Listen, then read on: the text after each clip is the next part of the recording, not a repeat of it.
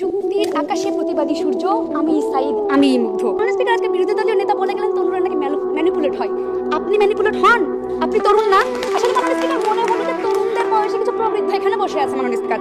যাই হোক, তাদের নেতা বলে গেল নারী প্রবাসী গ্রামীণ ভোটারের কথা। আমি বুঝলাম, কিন্তু অবাক করার ব্যাপার হচ্ছে যে তারা এরা জানেই না যে তাদের মধ্যেও তরুণ ভোটার আছে।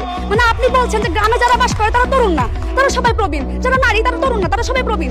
মাননীয় ব্যাপারটা খুব হাস্যকর ঠেকলো আমার কাছে। মাননীয় স্পিকার দেখুন, বলেন তারা তরুণ নাকি ব্যবহৃত হয়, রাজনৈতিক দলের মাধ্যমে ব্যবহৃত হয়। আচ্ছা, আমার প্রশ্ন, তারা যদি ব্যবহৃতই হতো, 24 সালের যে আন্দোলন সেখানে তাদেরকে কেউ ব্যবহার করতে পারলো না কেন? কিভাবে তারা স্বৈরাচারের পতন ঘটালো? জবাবটা দিতে পারলেন না আপনারা আজকে। তারা বলছেন তরুণরা আমেরিকা যাইতে চাই। আরে ভাই, কেন যাইতে চাইতেছিল? চাচ্ছিল কারণ স্বৈরাচার ছিল। এখন যে নতুন সরকার এসেছে, তরুণরা সেই পরিবর্তন আনবে। তরুণরা দেশে তার ডাকনি বলছেন এই পরিবর্তন দরকার, ওই পরিবর্তন দরকার। হ্যাঁ রে ভাই, আমরাও সেটাই বলছি। পরিবর্তন হলেই তরুণরা সেটাতে ভোট দিবে, তরুণরা সেই সরকারকে আনবে। আপনারা এই জায়গাটা বুঝতে কেন ব্যর্থ হচ্ছেন আমি বুঝতে পারলাম না। মন্ত্রীদের উপনেতা বলছে নিষিদ্ধের কথা, আওয়ামী লীগের নিষিদ্ধের কথা। কেন নিষিদ্ধ হয়েছে? কারা নিষিদ্ধ করলো আন্দোলন করে? তরুণরাই তো নাকি?